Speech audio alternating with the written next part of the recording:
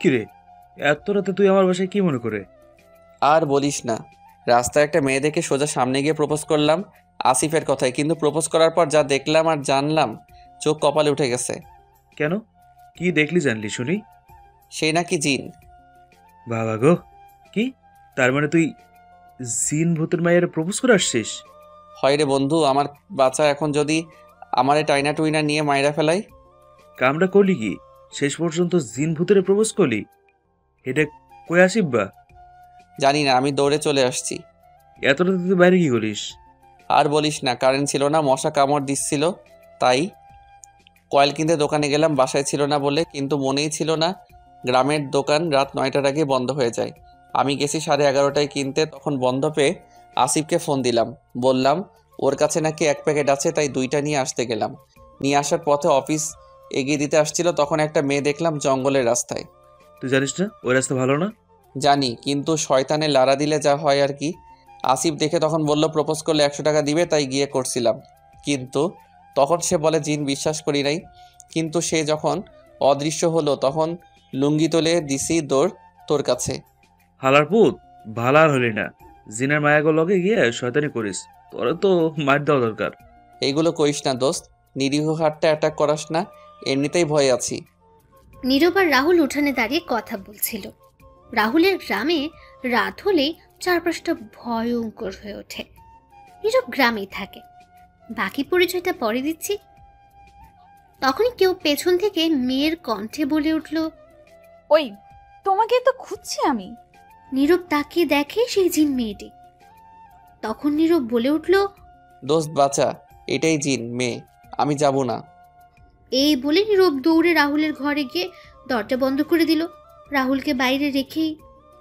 রাহুল জিন মেয়েটিকে দেখে দৌড়ে দরজার কাছে গিয়ে বলতে লাগলো, হালার পুত, দরজা খোল। তো নাইনের খালি ঘর আমারে বাইরে রেখে দরজা বন্ধ করে দিছিস কে? হ্যাঁ? কিন্তু নীরব ভেতর থেকে কোনো উত্তর দিচ্ছে না, দরজা খোলার নামও নেই। তখন রাহুল আবার বলে উঠল, হালার পুত, তোর মতো বন্ধু থাকলে শত্রু লাগবো না।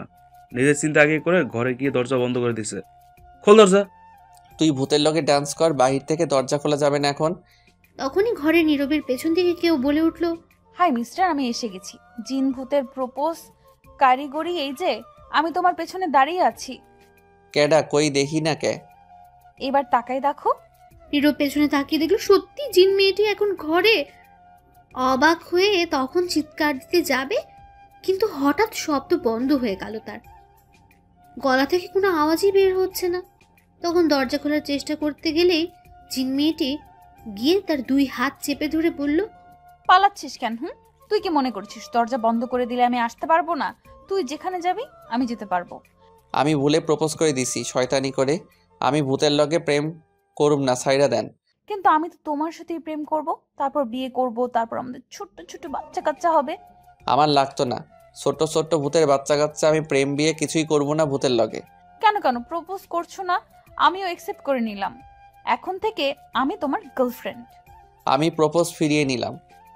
আর কোনো ফিরিয়ে নেওয়া নেই। এখন নিলে আমাকেই, না নিলে আমি তোমাকে। ভূতের লগে প্রেম আম্মা? হ্যাঁ। তখন বাইরে থেকে রাহুল বলে উঠল, এইবার তো দরজা খোল। তুমি বসো, আমি একটু আসছি। এখান থেকে যাবে না, কথা আছে, আমার বান্ধবীকে নিয়ে আসছি গিয়ে। এটা বলে অদৃশ্য হয়ে গেল জিন মেয়েটি। তখন নীরব দরজা খুলে দিল আর বলল, গেছে শয়তান ফাজিল ফুতনি মাইয়া, আয় বন্ধু ঘরে আয়। তখন রাহুল ঘরে এসে দিল মায়ের নীরবকে আর বলল, হালার পুত, তো নানিরে খালি ঘর আমার বাইরে রেখে আমার ঘরের দরজা বন্ধ করে দিছে। মারিস না, ভয়ে বন্ধ করে দিছি। ভূত জিন গো, কি দরজা জানালা লাগে ঘরে ঢুকতে? হ্যাঁ, তারা এমনিতেই যাইতে পারে। তাই তো দেখলাম। যা, এখন তোর বাসায় যা। না, আজ তো লগেই থাকবো। দূর হালা। 5 মিনিট হাঁটলেই তোর বাসা, তুই বাসা যা। তুই এই নিরীহ শিশুর উপর এমন করতে পারলি? এটা তো শাস্তি, যা। আচ্ছা ঠিক আছে, এগিয়ে দিয়ে আয়। পারবো না, ফোনে লাইট অন করে যা। ঠিক আছে, তুইও আমারে একা একা পাঠাচ্ছিস, যাচ্ছি। যদি আমার কিছু হয় তাহলে তোর গুড়া গাড়া পোলাপানগুলো সব নেংটু হয়ে জন্মাবে, দেখিস। কেডা আবার শার্ট প্যান্ট পরে আইছে? দূর হালা, ভিতরে না হলে একাই যাবি। আমি ভীতু না, যাচ্ছি দেখ। যা যা জলদি। তখন নীরব আস্তে করে ঘর থেকে বের হয়ে ফোনটা নিয়ে সময়ের দিকে তাকিয়ে দেখে ঘড়ির কাঁটা এখন সময় রাত 12টা বাজতে চলেছে। একাই নিজের বাসার দিকে যেতে লাগলো। গ্রামের মধ্যে সবাই গভীর ঘুমে হারিয়ে গেছে। নীরব গ্রামেই থাকে। বাবা মায়ের একমাত্র ছেলে। তাদের বাসা কালীগঞ্জে।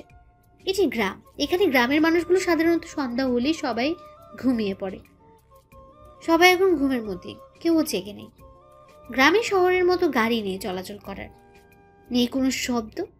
গ্রামের রাত হলে ঝিঝি পোকার ডাক শোনা যায়, কুকুরের কান্নার শব্দ, বেড়ালের শব্দ, সব মিলিয়ে সন্ধ্যা রাতে ভয়ঙ্কর করে তোলে। তাই তো নিস্তব্ধ অন্ধকারে হয়ে ওঠে ভয়ঙ্কর রাত গ্রামের। আর এই নিস্তব্ধতায় এমন ভয়ঙ্কর কিছু মিশে থাকে, যার রাতে শুধু বের হয়ে কারোর সাথে দেখা দেয় আর কাউকে তার ভয়ঙ্কর রূপে বশ করে নেয়। এদিকে নীরব রাহুলের ঘর থেকে বের হয়ে তাদের উঠানে চলে গেল। সেখানে চাঁদের আলোর সব দেখা যাচ্ছে। হালকা ঠান্ডা বাতাস বইছে। তখন নীরব সেখানে একটু দাঁড়ালো। কিছুক্ষণের মধ্যে তার শরীর ঠান্ডা হয়ে গেল। তখন নীরব তার বাসার উদ্দেশ্যে যেতে লাগলো। তখন দেখলো রাহুলের বাসার সামনে দ্বিতীয় নারকেল গাছের নিচে একটা মেয়ে মানুষের মতো দেখা যাচ্ছে, শুয়ে আছে। চাঁদের আলোর জন্য ভালো করে দেখা যাচ্ছে মেয়েটা সাদা ড্রেস পরা। তখন নীরব ভাবতে লাগলো, এত রাতে কে হতে পারে? এখানে নিশ্চয়ই খারাপ কিছু হবে, আর নয়তো সে জিন মেয়েটি। কিন্তু আর যদি তেমন কিছু না হয়, মেয়ে মানুষ কি করে এখানে আসবে বুঝতে পারলাম না। থাক বাবা, কাছে যাওয়ার দরকার নেই। যদি ভূত থাকে তার চেয়ে ভালো বাসায় চলে যায়। এই বলে নীরব তার বাসায় চলে আসবে। তখন আবার ভাবলো, আমার কি এখন চলে যাওয়া ঠিক হবে? হতেও পারে এটা সত্যি মেয়ে, অন্য কিছু না। আর হতে পারে মেয়েটি পথ ভুলে এখানে আশ্রয় নিয়েছে। গতকাল শুনলাম রহিম চাচার বাসার সামনে একটি লোক এসে রাতে বসেছিল। ভূত ভেবে আর যায়নি। চাচা কিন্তু সকালে দেখলো মানুষ হতে পারে সে একটি মেয়ে। যাই গিয়ে দেখি সে এইখানে কেন, হেল্প করে আসি। রাহুলকে ডাকার দরকার নেই। তখন নীরব তার ফোনের লাইট অন করে যেতে লাগলো। তখনই তার সামনে দিয়ে একটা চুয়া দৌড়ে গেল। আর নীরব ভয়ে উল্টো দৌড় দিয়ে বলল, আব্বা গো, ড্যাডি গো, বাঁচাও গো, ভূত গো ভূত। এই বলে তখন দৌড়ে নীরব রাহুলের রুমের দিকে চলে গেল। আর গিয়ে বলল, এই যা বাবা, এটা তো চুয়া ছিল। হালার পোহালা, মন খালি ভয় দেখায় কাঁপায় ফেলছে। তখন রাহুল বলে উঠল, কিছু না কিছু না, তুই দরজা বন্ধ করে শুয়ে থাক। ঠিক আছে। তখন নীরব আবার মেয়েটির কাছে যেতে লাগলো 1 কেজি সাহস নিয়ে। এবার নীরব মেয়েটির কাছে গেল আর তার গিয়ে দেখলো মেয়েটা উল্টো হয়ে শুয়ে আছে। তখন নীরব একটু দূর থেকে বলতে লাগলো, ও টুনির মা, ভূতের নানি, তুমি এখানে কি করো? কিন্তু নীরব কোনো উত্তর পেল না মেয়েটির কাছ থেকে। তখন আবার জিজ্ঞেস করলো, ওই টুনির মা, তুমি কি করো এখানে শুয়ে কেন? কিন্তু নীরব তবুও কোনো উত্তর পেল না। তখন নীরব তাকে গিয়ে ধাক্কা দিল আর বলল, এই যে ওঠেন, কে আপনি? তখন নীরব অনুভব করলো তার পেছনে কেউ দাঁড়িয়ে আছে। তখন নীরব সাথে সাথে পেছন ফিরল, কিন্তু কাউকে দেখতে পেল না। তখন আবার মেয়েটিকে নীরব ধাক্কা দিয়ে বলতে লাগলো, আরে সাদা কাপড়ে ময়লা লাগছে, তো ওঠেন, কে আপনি? তবুও নীরব উত্তর পেল না। মেয়েটি কোনো কথাই বলছে না। নীরব এবার বলল, কি ব্যাপার, কথা বলছেন না কেন? মেয়েটি, আচ্ছা মেয়েটিকে সোজা করে তারপর দেখি। তখন নীরব মেয়েটিকে সোজা করে তার মুখের দিকে তার ফোনের লাইট দিয়ে চেহারা দেখে নীরব বলল, মাশাআল্লাহ, এ তো পুরাই একটা পরী। ড্রেস যেমন সাদা তেমনি সেও সাদা। কিন্তু আমারে বাঁচাই আর কেডা? এ তো সেই জিন মেয়েটি, বাঁচাও। এই বলে দিল দৌড়। তখন জিন মেয়েটি বলে উঠল, আরে দাঁড়াও, একটু শুনো। দাঁড়ানোর গুল্লি মারি, আমি বাসায় যাবো। এটা বলে নীরব দৌড়ে তার বাড়িতে চলে আসলো। এসে দেখলো সবাই ঘুমোচ্ছে। তখন নীরব তার রুমে গিয়ে দরজা জানলা বন্ধ করে ভাবতে লাগলো। এই মাইয়া তো এখানেও চলে আসবে, কি করি এখন? কিছুক্ষণ ভেবে আবারও বলতে লাগলো, আচ্ছা শুনছি ভূতেরা নাকি আগুনরে ভয় পায়। তাহলে তো এই জিন মেয়েটিও ভয় পাবে। জিন ভূত একই তো কথা, কিন্তু আগুন ধরাবো কি করে? পাইছি, কয়েলের মাঝে আগুন দেই, তাহলেই হবে। এই বলে কয়লা আগুন জ্বালিয়ে রেখে দিল। কয়লের আগুন দেখে নীরব বলে উঠল, দূর হালা, যেখানে মশারা কয়েল মানে না সেখানে ভূতে আর কি মানবো? আসুক, আজ জিনের মাইয়া আমিও দেখে নিব। তখনই পেছন থেকে বলে উঠল, আসবে কি গো, এসে গেছি তো, যত খুশি দেখে নাও। পেছনে তাকিয়ে দেখলো সত্যি। তখন নীরব বলে উঠল, আপনি এখানে কেন এসেছেন? কেন এসেছে মানে? তুমি আমায় প্রপোজ করছো না, আমি একসেপ্ট করে নিছি। এখন থেকে তুমি আমার, আমি তোমার। আমি সবসময় আছি এখন তোমার সঙ্গে। আমি কখন বললাম আমি আপনার? কেন মনে নাই কিছুক্ষণ আগে হাঁটু গেড়ে যখন বলছিলে ওগো ভূতের নানি, তুমি হয়ে যাও এই শয়তানের নানার রানী? রাখবো তোমাকে বুকের মাঝে চেপে ধরে, ভালোবাসার সফলে বিয়ে করে খাট কাঁপিয়ে রোম্যান্স করবো গুড়া গুড়া পোলাপান ঘরে, যেখানে থাকবে তুমি আর আমি আর কোচ। প্লেয়ার থাকবে আমাদের গুড়া গুড়া গর্ব ফুটবল খেলার টিম। এটা তো আমি শয়তানি করে বলছি। আমি শয়তানি বুঝি না, আমি এটাই বুঝি। আমি তোমার, তুমি আমার। এখন থেকে আমি রাজি। আর তুমি আমাদের বিয়ের পর অনেকগুলাই বাচ্চা হবে। আমার লাগতো না ভূতের গোড়াগাড়া পোলাপান, আমি বিয়ে করবো না আপনারে। বিয়ে তো করবই, তার আগে একটু প্রেম করে নেই, তারপর বিয়ে করব। রাজি না হলে তুলে নিয়ে যাব। যেহেতু আমার চোখ তোমার উপর পড়েছে, এই পৃথিবীতে আর কারোর শক্তি নেই আলাদা করার জন্য।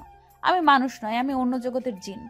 আমি আজ প্রথম দিন, তাই রোম্যান্স করলাম না, কিছু করলাম না। আগামীকাল থেকে শুরু করব রোম্যান্স। আপনি আমারে ধমকি দিচ্ছেন, ভয় দেখাচ্ছেন। ওয়ার্নিং দিলাম, কোনো মেয়ের সঙ্গে যেন না দেখি, তাহলে ক্ষতি সেই মেয়ের হবে। আপনি আমারে ধমকি দিচ্ছেন, ভয় দেখাচ্ছেন। ওয়ার্নিং দিলাম, কোনো মেয়ের সঙ্গে যেন না দেখি, তাহলে ক্ষতি সেই মেয়ের হবে। হ্যাঁ হ্যাঁ হ্যাঁ, আমি আপনার সাথে প্রেম করব না। তোমার তো আরো খুশি হওয়ার কথা, আমার মতো এত সুন্দরী একটা জিন গার্লফ্রেন্ড পাইছো। লাগতো না আমার, আপনি যান। যেতে হবে আমার এখনই, কিন্তু তার আগে একটু ভালোবাসা দিয়ে যাই। মানে কি করবেন? ভালোবাসা কনফার্ম করব কিস করে। এই না নাচি, আপনি যান। এটা বলে নীরব বালিশের নিচে মাথা লুকিয়ে ফেলল, কিন্তু জিন মেয়েটা বালিশ সরিয়ে নিয়ে নীরবকে শক্ত করে ধরে ঠোঁট জোড়া এক করে দিল।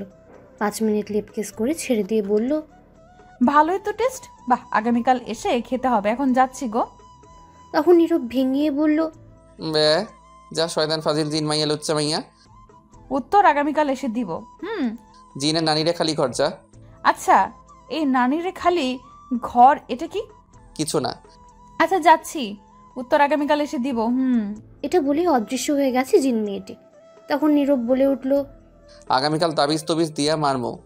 কি করে দূর করতে হবে তা জানি, কবিরাজের কাছে যাইয়া লই। এটা বলে নীরব শুয়ে পড়ল। সকালে কারো ডাকে ঘুম ভাঙল, তাকিয়ে দেখলো নীরবের আম্মু। তখন নীরব উঠে ফ্রেশ হয়ে বারান্দায় বসে পড়লো খাবার খেতে। তখন নীরবের আম্মু বলে উঠল, কিরে, গতকাল রাতে কার সাথে এত একা একা কথা বলছিলি? নীরব এটা শুনে অবশ্য কিছুটা অবাক হলো। তখন নীরবের আব্বু বলল, আমি শুনছি কিছুটা। তার মানে কি সবই জেনে গেছে? না, লুকাতে হবে। ঘুমের মধ্যে হয়তো বলছিলাম। বুঝতে পারছি। এখন জলদি খেয়ে কলেজে যা। আর কিছু না বলে চুপচাপ খেয়ে নিল নীরব। খেয়ে ঘরে যাওয়ার পর অনুভব করলো তার শরীরে জ্বর এসেছে, গা গরম হচ্ছে, দুর্বল লাগছে। তখন নীরব তার আম্মুকে গিয়ে বলল। তখন কলেজ যাওয়ার জন্য না করে দিল। ঘরে জ্বরের ওষুধ ছিল, সেটা খেয়ে শুয়ে রইল। নীরবের আব্বু বাইরে চলে গেল। নীরব ইন্টার ফার্স্ট ইয়ারে পড়ে, কলেজের গ্রামেই। নীরব তার বন্ধুদের ফোনে জানিয়ে দিল আজ কলেজে যাবে না। সন্ধ্যায় চায়ের দোকানে দেখা করতে বলল। সারাদিন ঘরে বসে কাটিয়ে দিল। সন্ধ্যায় চায়ের দোকানে গেল, সেখানে রাহুল আসিফ বসেছিল আগে থেকেই। তখন নীরব যাওয়ার পর বলে উঠল, কিরে, কি অবস্থা? আর অবশ্য জ্বর এসে গেছে। বলিস কি, ওষুধ নিয়ে আইসিস? তুই গতকাল রাতে পড়ে কই গেছিলি? তোর কথায় প্রপোজ করতে গিয়ে ফেসে গেছি। তুই দৌড় দেওয়ার পর আমিও দৌড়ে চলে গেছি। আচ্ছা, পরে কি হয়েছে বল। বলছি দাঁড়া, আগে একটু হিসু করে আহি। আচ্ছা, চালু হয়। নীরব তখন চায়ের দোকান থেকে বের হয়ে একটু দূরে যেতেই কেউ কানে কানে বলল, আমি এসে গেছি। তখনই নীরবের শরীরটা কেঁপে উঠল। সাথে সাথে দৌড়ে চায়ের দোকানে চলে গেল। চায়ের দোকানে লোক কম ছিল, সন্ধ্যা, তাই খুব বেশি লোক নেই, গ্রাম বলে কথা। তখন নীরব আসিফ রাহুলের কাছে যেতে বলে উঠল। কিরে, চলে এলি যে? তখন নীরব আস্তে করে বলে উঠল, জিন মেয়েটি এসে গেছে, এদিকে আছে। কানের কাছে বলা মাত্র শরীরটা কেঁপে উঠলো। সকাল থেকে জ্বর এসে গেছে, শরীরে দুর্বল হয়ে গেছে শরীর এখনই। রাহুলের আসিফ শুনে অবাক হলো। তখন বলল, এটা তো তাহলে ভালো লক্ষণ নয়, খারাপ ইঙ্গিত দিচ্ছে। এটা কবিরাজ দেখাস। চল বাসায় যাই, ভাল লাগছে না কেন জানি। চল। এটা বলে চায়ের দোকান থেকে বের হয়ে গেছে সবাই। কিছুটা দূরে যাওয়ার পর নীরবের কানের কাছে এসে আবারও ফিস ফিস করে বলে উঠল, খাট কাঁপাবে না? কি লুচ্চা মাইয়া জিন রে বাবা। কিরে, কি বলছিস? না না, কিছু না, এমনি। আচ্ছা শোন, আগামীকাল গিয়ে আলম কবিরাজ কাকাকে দেখিয়ে আসিস তুই। কিন্তু কেন? দেখ, তোর আজকে শরীর দুর্বল, খারাপ। কালকের ঘটনার পর থেকে এটা খারাপ ইঙ্গিত দিচ্ছে, তাই একটু দেখিয়ে আসিস। ঠিকই বলছিস। তিনি তো অনেক বড় কবিরাজ, বাসায় খুবই কমই থাকে। কে যেন পাবে নাকি? অবশ্যই পাবি, আগামীকাল থাকবে বাসায়, আমি শুনছি। ঠিক আছে, যাবো আগামীকাল। যখন কেউ একজন না বলল সেটা জিন মেয়েটি। সেদিকে কেউ আর লক্ষ্য না করে যে যার বাসায় চলে যেতে লাগলো। তখন নীরব লক্ষ্য করলো কারো ফোপানোর শব্দ আসছে, ভয়ঙ্কর রকমের মনে হচ্ছে, প্রচণ্ড রেগে কেউ এমন করছে, কিন্তু কেউ তো নেই, জিন মেয়েটিকেও দেখতে পাচ্ছে না। নীরব এখন একা। রাহুল চলে গেল বাসায়, আসিফও চলে গেল তার বাসায়, আশেপাশে কেউ নেই। তখন নীরবের কিছুটা ভয় হলো, আস্তে আস্তে যেতে লাগলো। এদিকে রাহুল তার বাসায় যাচ্ছে, তখনই পেছনে কারো হাঁটার শব্দ আসলো। যখন পেছনে তাকালো তখন দেখলো কেউ নেই। তখন রাহুল নিজেকে বলে উঠলো, ধুর, শুধুই ভয় পাচ্ছিস, এটা তো নিজের পায়ের হাঁটার শব্দ হতে পারে। এই ভেবে আবারও রাহুল যেতে লাগলো। তখন আবারও অদ্ভুত শব্দ হতে লাগলো পেছনে। যখনই পেছনে তাকাবে তখনই কেউ জোরে রাহুলকে ধাক্কা দিল, আর রাহুল ছিটকে গিয়ে কিছুটা দূরে পড়লো, প্রচণ্ড ব্যথাও পেল। যখন সামনে তাকলো তখন যা দেখলো তাতে চিৎকার দিয়ে রাহুল অজ্ঞান হয়ে গেছে। যখন রাহুলের জ্ঞান ফিরল তখন বেশ রাত হয়ে গেছে। তখন রাহুল পাশে দেখলো আলম কবিরাজ কাকা বসে আছে, তার আব্বু আম্মু পাশে। তখন রাহুলের আব্বু বলে উঠলো, কি রে বাবা, কি হয়েছে তোর? তুই চিৎকার দিয়ে এমন অজ্ঞান হয়ে পড়েছিলি কেন? যখন রাহুল কিছু বলতে যাবে তখনই আলম কবিরাজ কাকা বলে উঠলো, আপনারা সবাই একটু বাইরে যান, আমি রাহুলের সাথে কথা বলছি, তারপর সব জেনে নেবেন। তখন সবাই চলে গেল। তখন আলম কবিরাজ কাকা বলে উঠলো, এখন কেমন লাগছে? কাকা, আমি আমি এমন জিনিস কখনো দেখিনি, সত্যি এতটা ভয়ঙ্কর তার চেহারা। কেমন চেহারা? আমি নীরবের সাথে কথা বলে আসার সময় পিছনে কিছু একটা হাঁটার শব্দ পেলাম। যখন তাকালাম তখন কেউ নেই। তারপর হঠাৎ জোরে ধাক্কা দিল, আমি ছিটকে গিয়ে কিছুটা দূরে পড়লাম। যখন তাকালাম তখন দেখলাম মুখটা একদম রক্তাক্ত, চোখ লাল আগুনের মতো ছিল। আমিও বোঝাতে পারবো না কতটা ভয়ঙ্কর দেখতে। আমি সবই জানি, শুধু তোকে না আশিক কেউ ভয় দেখিয়ে ওয়ার্নিং দিয়ে গেছে। তার কারণ হচ্ছে তুই নীরবকে পরামর্শ দিলি বলে আমার কাছে যেতে এটা নীরবের সাথে থাকা সে জিনমেটি করেছে। কি বলছো? তুমি জানলে কি করে? আমিও আরো অনেক কিছুই জানি, যেগুলো তোরাও জানিস না। কি এমন সেগুলো বলো। না, সেটা এখন আর বলার সময় নাই, অবশ্য বলবো না। ঠিক আছে, কিন্তু নীরবের কোনো ক্ষতি হবে না তো? শুন, আগে তোকে কিছু বলি, এখন একটু নীরবের সঙ্গে কথা কম বলিস এবং কম যাবি, কারণ তোদের মৃত্যুর ঝুঁকি আছে। ঠিক আছে, কিন্তু নীরবের কোনো ক্ষতি হবে না তো? সেটা আমি এখনো জানি না। এই জিনমেটি কি ভাবছে, 2 দিন ধরেছে সাথে আছে, 2 দিন আগে থেকে রেখেছে। 2 দিন আগেই তো দেখলা আমার কাছে রাতে এসে দৌড়ে বলল। না রে পাগল, এখন নীরবের 21 বছর চলছে, তাই না? আজ রাতে 22 বছর হবে। ওই দিনটার জন্য অপেক্ষা আছে। জিনমেটি কিন্তু কেন সেটা তাও আমি জানি না, অনেক রহস্য লুকিয়ে আছে। আর এই 21 বছর ধরে সাথে আছে জিনমেটি। 2 দিন আগে দেখা দিয়েছে, 22 বছর হবে তাই। কি বলছো কাকা?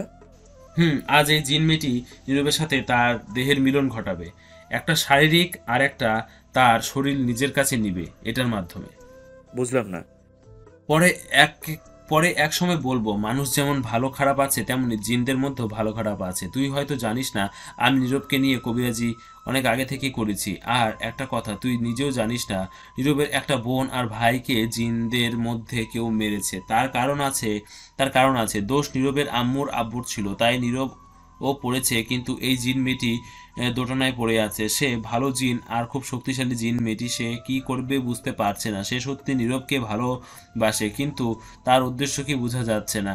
আর একটা কথা, নীরবের আম্মুকে দেখিস কখনো ঘরের বাইরে বের হবে না। রাহুল চিন্তিত হয়ে গেছে, কি বলছে, কি কারণ, কি জন্য? আর নীরবের ভাই বোন ছিল, তাদের জিন মেরেছে, কিন্তু কি জন্য, কারণ কি? এটা রাহুলের মাথায় ঘুরপাক খাচ্ছিল। তখন কবিরাজ কাকা বলে উঠলেন, এটা নিয়ে ভাবিস না, শোন, আজ জিন মেয়েটি নীরবের সাথে তার দেহের মিলন ঘটাবে, একটা শারীরিক আর একটা শরীর নিজের কাছে নিবে এটার মাধ্যমে। কিন্তু কি করে সেটা আগামী 15 দিনের মধ্যে জানাবো। তারপর দেখা যাক কি করে, তার অনেক কিছু রহস্য কথা লুকিয়ে আছে। না, তুই হয়তো ভাবিস নীরবের বোনকে মারলো কেন, সেটা ভয়ঙ্কর এক কাহিনী, পরে বলবো। আজ নয় কাউকে কিছু এগুলো বলিস না। তোর আব্বু আম্মুকে আমি পরে বুঝিয়ে বলবো, তারা আপাতত কিছু বলে দিয়ে চিন্তা করিস না। তোর কিছু হবে, এখন আমি তাবিজ দিয়ে গেছি, আজ রাত পার কর, আগামীকাল দেখবি সব। আচ্ছা ঠিক আছে কাকা, আর একটা কথা, আমাকে কিন্তু বলবে কি জন্য, কি কারণে নীরবের ভাই বোনকে জিন মারলো, কি এমন হয়েছে? ঠিক আছে, এইগুলো দিয়ে আবার এখন নীরবের কাছে আম্মু আব্বুকে জিজ্ঞেস করিস না। ঠিক আছে। অনেক রাত হয়েছে, ঘুমা। আমি যাচ্ছি কাকা। তারপর কবিরাজ কাকা চলে গেল। রাহুলের আব্বু আম্মু আসলো, অনেক কথা জিজ্ঞেস করলো, কিছু একটা বলে দিল আপাতত। এদিকে নীরব খাবার খেয়ে শুয়ে আছে, ঘুমানোর প্রস্তুতি নিচ্ছে। তখনই কারেন্ট চলে গেল। গ্রাম তো এমনিতেই গরম, তখন নীরবের গরম লাগছিল। তখন নীরব তার আব্বু আম্মুর ঘরে গেল হাত পাখা নিয়ে আসতে। দরজা খোলাই ছিল, ভেতরে গিয়ে দরজা ছিল আরেকটা। তখন গিয়ে তার আব্বু আম্মুকে ঘুমন্ত অবস্থায় দেখলো। কিছুক্ষণ ডাকলো, হাত পাখা খুঁজে পাচ্ছে না বলে, কিন্তু কিছুতেই উঠছে না, কেউ সাড়া দিচ্ছে না। তারপর হাত পাখা অনেক খুঁজে পেল, আর নিয়ে আসার আগে আবারও ডাকলো। তখন জিন মেয়েটা অদৃশ্য থেকে নিজের রূপে এসে পেছন থেকে বলল, ডেকে কোনো লাভ নেই, আমি ঘুম পাড়িয়ে দিয়েছি। তুমি মেরে ফেললেও ঘুম ভাঙবে না সকালের আগে। তখন নীরব তাকিয়ে দেখে জিন মেয়েটি। তখন বলে উঠল, কিন্তু কেন এমন ঘুম পাড়িয়ে দেওয়া হলো? কারণ আজকের রাতটা আমার জন্য বিশেষ রাত, তোমার সঙ্গে আমার মিলনের রাত। এই রাতটির জন্য দীর্ঘ 21 বছর অপেক্ষা। কি সব উল্টাপাল্টা বলছেন? এটা শুনে নীরব কিছুটা ঘাবড়ে গেল। তখন জিন মেয়েটা নিজের সাথে নিজে বলতে লাগলো, এই রে, বলতে গিয়ে তো বলেই দিছি, কথা না ঘুরিয়ে অন্যদিকে নিতে হবে, জানতে দেওয়া যাবে না কিছু। তখন জিন মেয়েটি নীরবকে বলল, না মানে আজ তো তোমার 22 বছর পূর্ণ হবে 12টার পর, সেটাই বললাম আর কি। 21 বছর শেষ হবে। আর দেখো না, এই 22 বছর পর তোমাকে পেলাম আমি, আর এই রাতটায় আমি তোমাকে বিশেষ কিছু উপহার দিতে চাই। এখনো পাননি, আমি রাজি নই। আর কি দিবে? যাক, বুঝেনি বলতে গিয়ে যে বলে ফেলেছিলাম। একটুর জন্য সব শেষ হয়ে যাচ্ছিল। তখন নীরব জিন মেয়েটিকে চিন্তিত দেখে বলল, কিন্তু আমার মনে হয় আগে জানি কি বললে একটা অন্য কথা। না, এটাই বোঝাতে চেয়েছি, আজ তোমার 21 বছর শেষ হবে আর 22 বছরে পা রাখবে। যাই হোক, আপনি যান, আমি ঘুমাবো। যেহেতু আব্বু আম্মুকে ঘুম পাড়িয়ে দিয়েছেন, ভালো করেছেন, এবার যান। এটা বলে নীরব আর কোনো কিছু না শুনে চলে আসলো নিজের রুমে। তখন জিন মেয়েটি দাঁড়িয়ে বলতে লাগলো, ঘাটতারা স্যামরা এমন একটা রোমান্টিক জিন গার্লফ্রেন্ড হতে চায়, তবুও দাম দেয় না। দাঁড়া, তোকে নিজের ক্ষমতার জাদু দিয়ে এখনই নিজের করে নিব। বাকি যে কাজে আসছি পরে দেখা যাবে। তখন জিন মেয়েটি তার নিজের রূপ পরিবর্তন করে নিল, সুন্দর করে নিজেকে নীরবের সামনে উপস্থাপন করলো বউয়ের সাজে। এতটা সুন্দর করে নিজেকে সাজালো যে কেউ তাকে তার প্রেমে পড়ে যাবে। নীরবের সামনে গিয়ে বলতে লাগলো, কেমন লাগছে আমায়? নীরব দেখে অবাক হয়ে এক দৃষ্টিতে তাকিয়ে আছে, আর এই সুযোগে চোখের ধাঁধায় ফেলে দিল নীরবকে জাদুর মধ্য দিয়ে। জিন মেয়েটি যাতে নীরব তার প্রতি আসক্ত হয়ে দুর্বল হয়ে যায় তার এই সৌন্দর্যতে, তখন নীরব বলতে লাগলো, অনেক সুন্দর লাগছে তোমাকে। তাই এখন তো বলো তুমি আমাকে ভালোবাসো, তাহলে আমি নিজেকে তোমার মধ্যে দিয়ে দিব। নীরবকে জাদুর মধ্য দিয়ে দুর্বল করে দিয়েছে জিন মেয়েটির প্রতি এক প্রকার চোখের ধাঁধায় ফেলে দিয়ে, মানে তার সৌন্দর্যতে আকৃষ্ট করে নিয়েছে। তাই তার জবাবে হ্যাঁ বলে দিল। তোমাকে যেদিন প্রপোজ করে আসছি, ভুলে মানুষ ভেবে ভূত শুনে তোমাকে ভয় পেতাম, কিন্তু ভাবতাম বউ হলে তো ভূতের বাচ্চা হবে, আর তাই চাই না আমি ভূত বউ, তাই না করছি। কিন্তু এখন সত্যি তোমাকে ভালোবাসি। সত্যি ভালোবাসো তাহলে আমাকে? সত্যি। তখন জিন মেয়েটি গিয়ে নীরবকে দাঁড় করিয়ে পেছনে গিয়ে জড়িয়ে ধরল। জাদুর মাধ্যমে জোনাকির পোকা দিয়ে সুন্দর করে ঘরের সিরিয়াল ধরে হ্যাপি বার্থডে সাজিয়ে দিল। পোকার আলোয় বেশ সুন্দর দেখাচ্ছে, কিন্তু এটা জাস্ট নীরবের চোখেই দেখা। যা মিথ্যে এটা জাদুর মধ্যে দেখালো, যা মিথ্যে ছিল কিন্তু নীরব সত্যি মনে করছে। তখন জিন মেয়েটি বলতে লাগলো, হ্যাপি বার্থডে। থ্যাংক ইউ, তুমি তো দেখছি ভালো ম্যাজিক জানো। I love you. I love you too. চলো, বেশ রাত হয়ে গেছে, বিছানায় এখনো অনেক কিছু বাকি, কথা বাকি, কাজ বাকি। এটা বলে জিন মেয়েটি কিছু একটা বলে নীরবকে টাচ করতে কেঁপে উঠল। আসলে এখন দূরে জাদু করেছে। এই একটা জাদু হচ্ছে জিন মেয়েটির প্রতি দুর্বল করে তার প্রতি আকৃষ্ট করে নিয়েছে। এখন যেটাই বলবে নীরব করতে বাধ্য, আর একটা কি তা হওয়া যায় না। তখন নীরবকে নিয়ে বিছানায় ফেলে দিয়ে উপরে বসলো। তখন নীরব বলে উঠল, কি করছো? করব, অনেক কিছুই করতে দিবা তো? তোমার যা ইচ্ছে করো, আমি তো তোমারই। পূর্ণ হয়ে গেছে সব সেই কয়েকটি দিন, তারপর এখন তাহলে বাকি কাজটাও সেরে ফেলি মাঝরাত হওয়ার আগে। তারপর জিন মেয়েটি নীরবকে তার নিজের প্রতি আকৃষ্ট দুর্বল করে তার সাথে শারীরিক দেহের মিল করে নিল। গভীর রাতে শারীরিক দেহের মিল শেষে নীরব যখন ক্লান্ত হয়ে গভীর ঘুমে, তখন জিন মেয়েটি নীরবের হাতে একটা চাকু দিয়ে কিছুটা কেটে দিল। সেখান থেকে রক্ত বের হতে লাগলো। সে রক্ত বেশ কিছুটা নিয়ে জিন মেয়েটি নীরবের হাতে বেঁধে হাসতে হাসতে বলতে লাগলো, সরি। এটা বলে রহস্যময় একটা হাসি দিয়ে অদৃশ্য হয়ে গেল। আর তখন থেকে শুরু হলো নীরবের জীবনের ঝড়। অদ্ভুত অদ্ভুত ঘটনা তার সাথে ঘটে। জিন মেয়েটি যাওয়ার পর নীরবের গায়ে প্রচুর জ্বর উঠে গেল। মাথা ব্যথা, চোখ খুলতে পারছে না, বিছানা থেকে উঠতেই পারছে না, একদম শরীর দুর্বল হয়ে কিছু খেতেই পারছে না। এটা থেকে বেশ চিন্তিত নীরবের আব্বু আম্মু। ওষুধে কিছুই হচ্ছে না। একদিন পার হলো, জিন মেয়েটির কোনো খোঁজ নেই আর। দ্বিতীয় দিন রাত থেকে শুরু হলো নীরবের সাথে অদ্ভুত ঘটনা। হঠাৎ করে চিৎকার দিয়ে ওঠে রাতে ভয়ঙ্কর চেহারা কোনো এক ব্যক্তিকে দেখে। তাকে প্রচণ্ড মারধর করে। রাতে ঘর থেকে টেনে হিঁচড়ে নিয়ে চলে যায়, পাওয়া যায় না। সকালে মানুষ তাকে রাস্তা থেকে ভিন্ন জায়গা থেকে খুঁজে দিয়ে যায়। এই ভৌতিক বিষয়টা সারা গ্রামে জেনে যায়। নীরবের আব্বু আম্মু বেশ হতাশ, চিন্তিত, ভেঙে পড়েছে। কারণ এর আগেও তার একটা মেয়ে আর একটা ছেলে হারিয়েছে এই জিনের জন্য। এখন তার তৃতীয় ছেলে নীরবও জিনের কবলে পড়েছে। এভাবে কেটে গেল 10টা দিন। জিন মেয়েটির কোনো খোঁজ নেই। নীরবের অবস্থা খুবই খারাপ, ঠিকমতো খেতে পারে না, জিনের অত্যাচারে মৃত্যুর অবস্থায় চলে যাচ্ছে। তার আব্বু আম্মু রোজ কান্না করছে। তাহলে কি তার এই ছেলেকে হারাবে? নীরবের বন্ধুরা এসে দেখে গেছে, তারাও বেশ চিন্তিত। কবিরাজ কাকা গিয়ে বলছে, তিনি বলছে ঠিক সময় তিনি যাবেন। এভাবে আরো 2টা দিন কেটে গেল। 12 দিন পর জিন মেয়েটির রাতে নীরবের ঘরে আসলো। এসে দেখলো কেউ একজন বসে আছে, সেটা কবিরাজ কাকা। নীরবের কিছু একটা পড়ে ফুদিয়ে চোখ বন্ধ করে বলতে লাগলো, আমি তোর উপস্থিতি বুঝতে পারছি। এই ঘরের বর্তমানে আমি জানি আমার কিছু কথার উত্তর আশা করি দিবি। চিন্তা নেই, নীরবের আম্মু আব্বু বাহিরে শুনতে পাবে না। তখন একটা হাওয়া এসে জানান দিল, হ্যাঁ। ছেলেটাকে এমন অত্যাচার করছিস কেন? কি এমন অপরাধ করেছে যে মারতে চাইছিস? তখন জিন মেয়েটি কান্নার কণ্ঠে উত্তর দিল অদৃশ্য থেকে, কোনো অপরাধ নেই। আমি কেন তাকে অত্যাচার করব, মারব? আমি তাকে ভালোবাসি। এটা শুনে কবিরাজ চিন্তিত, সাথে আপনারও মনে হয় যদি ভালোবাসে তাহলে হাত কেটে রক্ত নিল কেন? সেদিন 12 দিন উধাও কেন? আর অত্যাচার মারতে চাইলো কে? তাহলে সব উত্তর পাবেন, সাথে থাকুন। তাহলে কে এত অত্যাচার করত? প্রতি রাতে মারার চেষ্টা করত, কারণ কি? সেটা আমি নয়, অন্য কেউ। কি জন্য এটা এখন বলা যাবে না, ক্ষতি হবে, আমি চাই না। আর আমি নিজেই আটকে ছিলাম। দেখ, অনেক হয়েছে, আর নয়। এমনিতেই ওই পরিবারে নীরবের ভাই বোন হারিয়েছে এই জিন। এর জন্যই এখন নীরবকে হারালে পাগল হয়ে যাবে তার বাবা মা। আর কিছু ক্ষতি করিস না প্লিজ, আমি বলছি চলে যা। কেন যাব? আমি তাকে ভালোবাসি। কখনো যাব না, গেলে নিয়ে যাব সাথে করে। এটা কোনোদিন সম্ভব হবে না, তোদের ভালোবাসা। কেন সম্ভব না? ভালোবাসি কি অপরাধ? ভালোবাসা অপরাধ না, অপরাধ হচ্ছে জিন আর মানুষের মধ্যে ভালোবাসা হয় না। কি হয় না হয় সেটা জানতে চাই না, তবে আমি থাকতে আর অন্য কোনো ক্ষতি হবে না। যদি আপনি তাড়াতে চেষ্টা করেন তাহলে দুজনকেই হারাবে। আমি তাকে ভালোবাসি।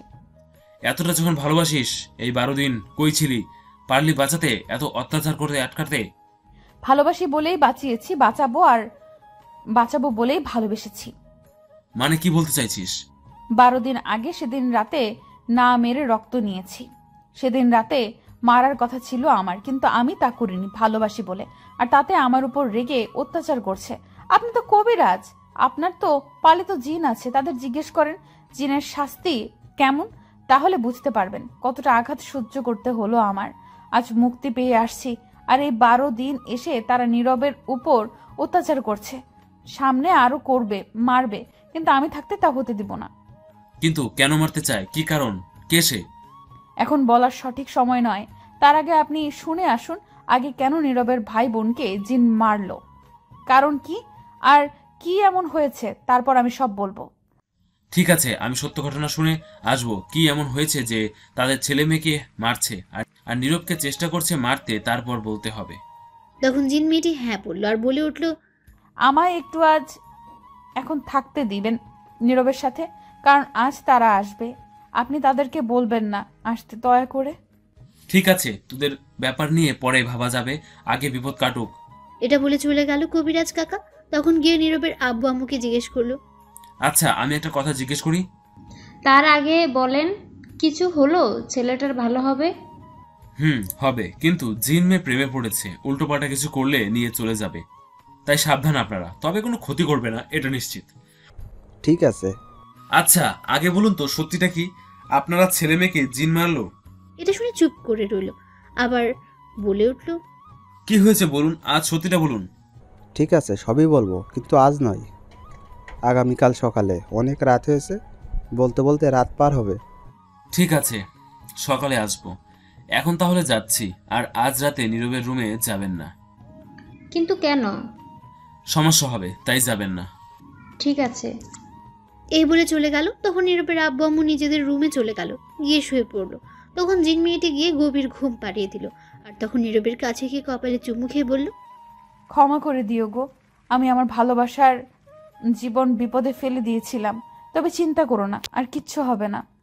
নীরব গভীর ঘুমে থাকায় শুনতে পায়নি। তখন জিন মেয়েটি নীরবের বুকে মাথা রেখে শুয়ে রইল। মাঝরাত নীরবের ঘুম ভাঙতে তাকিয়ে দেখলো সে আসছে, বুকে মাথা রেখে শুয়ে আছে। তখন নীরব চুমু দিয়ে তখন সাথে সাথে শক্ত করে জড়িয়ে ধরলো। তখন জিন মেয়েটিও জেগে গেল, আর সেও শক্ত করে জড়িয়ে ধরে কান্না করতে করতে চুমু দিতে লাগলো। নীরব তাকে শান্ত করে জড়িয়ে ধরে শুয়ে পড়লো।